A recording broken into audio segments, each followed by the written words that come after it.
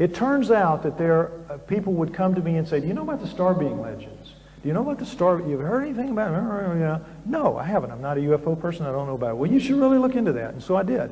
And I found that there was a lady at UCLA, a recently retired professor emeritus named Paula Gunn Allen, who had spent her research career researching the star being legends. And what they are is this. Throughout the Americas, and probably around the world, but they've mostly been researched in the Americas, there are these stories of beings coming down from the heavens to primitive villages that are going back hundreds of years from Tierra del Fuego all the way up to the Eskimos, but going back for hundreds of years, and they would come and they would isolate a village, pick a village with a woman in it who was barren, and they would make her pregnant with a hybrid being of her and the gods, human and the gods. And she would be told, and the village would be told, she is going to give birth to a star being, and you will be tasked, all of you, with helping her to raise this baby up to the age of 5 or 6 or 7 or 8, and we'll come back and get it. And they would do that. And that was the program, supposedly.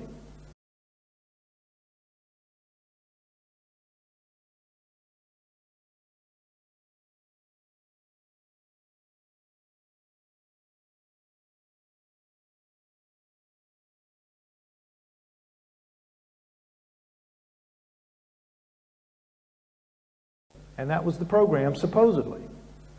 And the reason being, for what it's worth, is that the Greys have no capacity to give emotion, emotion.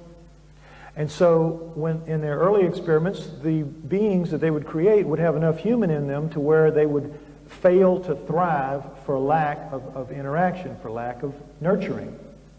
And we know from psychological studies that if you are nurtured well from 0 to the age of 6, you can withstand almost anything in later life.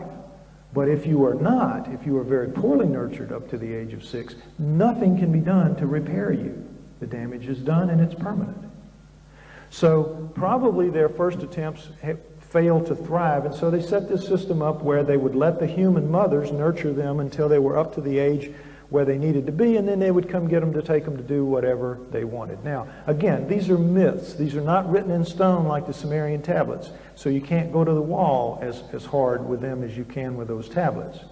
But still, those legends are out there, and they're widespread. But they end at about 100 years ago, 100 to 120 years ago, when the world began to get smaller with its communications, shrinking the world so that you couldn't have a being like that living anywhere and have the tabloids not know about it. So that program stopped, and a new program was put in its place. And that program is called harvesting. Now again, this is only anecdotal evidence coming from women who tell the story, but there's a lot of them telling it. I know at least a dozen now, and it makes your skin crawl to hear it. But what they say is this: they are taken on board a craft, they are made pregnant, they come home, they are pregnant, they go to the doctor in a couple of months, they're pregnant, they get the sound scan, they can see the fetus, there's no doubt about it, it's on record, there are many records of this, there are books done about it called the twin effect, because a lot of times it's twins, but a lot of times it's not. And in the 4th month, in the 1st month of the 2nd trimester, somewhere, they're going to wake up and have every sign of a miscarriage except no fetus. And they have been harvested.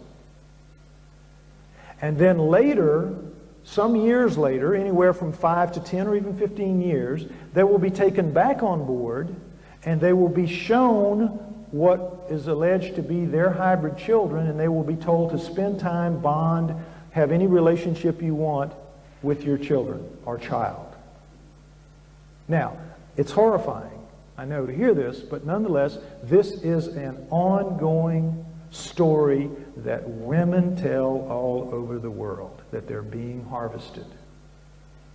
So one of them contacts me, named Josi Galante, and she says, Lloyd, I've been harvested 4 times, and I was taken on board and I saw 2 of my children, and I was allowed to interact with them, and I have a good memory of it, and I'm an artist and I drew them.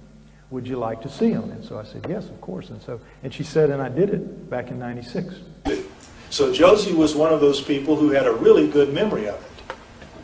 And so she was an artist, and she drew the son that she saw. And this is the frontal view of him. And this is just showing that these experiences of these women are so common that they are a stereotype now, and it's shown in films. And this little boy was just in a movie.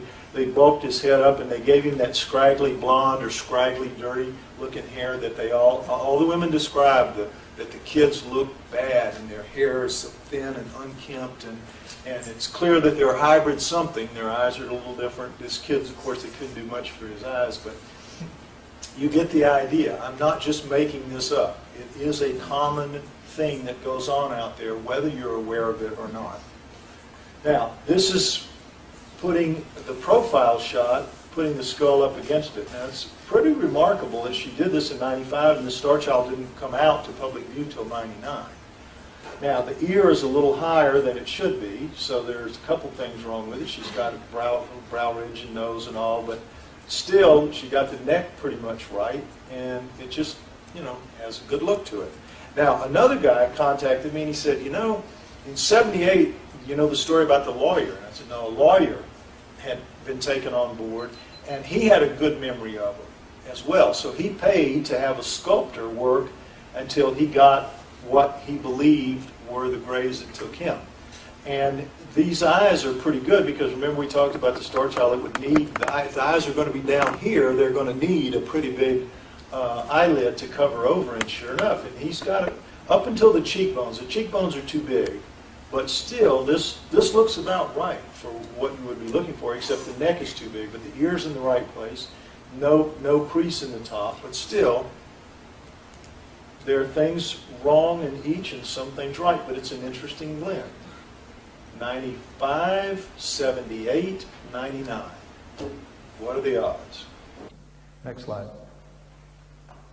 Okay, now this is really interesting to me. This is a book called A Visual Guide to Alien Beings by David Chase. Okay? Here it is right here.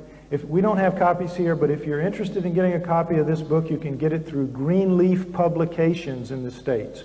Greenleafpublications.com.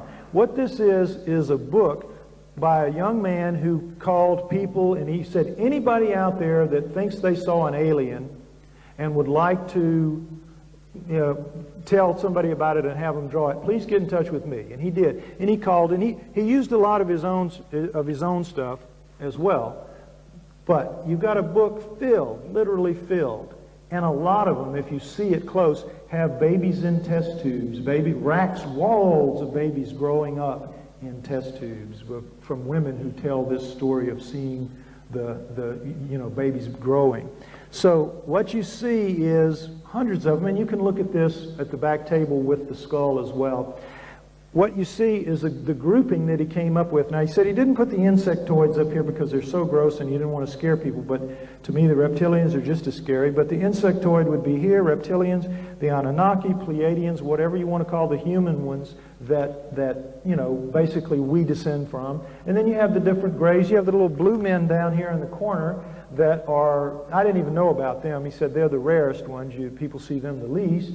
But you have the different grays, and then you have the hybrid, the one that's kind of flesh-colored there to the side. You see that? Now, the Starchild could well be one of those. Could well be one of those. But it's all very interesting just that such things exist. There is an interesting anecdote that Bud Hopkins wrote about in a recent MUFON journal this past year. He says that when this came out, even Whitley knew this isn't how they really look. The artist that was chosen by the book company, he just made this kind of ominous, threatening thing that would sell books. And that cover sold books. So they made a good decision there. But this isn't the way abductees describe them. They describe them exactly the opposite. Small lower face, large upper head. And so, but Bud Hopkins and others, Bud says, began to use this as a litmus test. They would say to people who claim to be abductees, does this look like what you saw? And if they would say yes, he would know he's pretty much wasting his time. But if he'd show them this and they'd say, no, that really doesn't look, mine was different, then he knew that he was probably dealing with somebody that had a legitimate story to tell.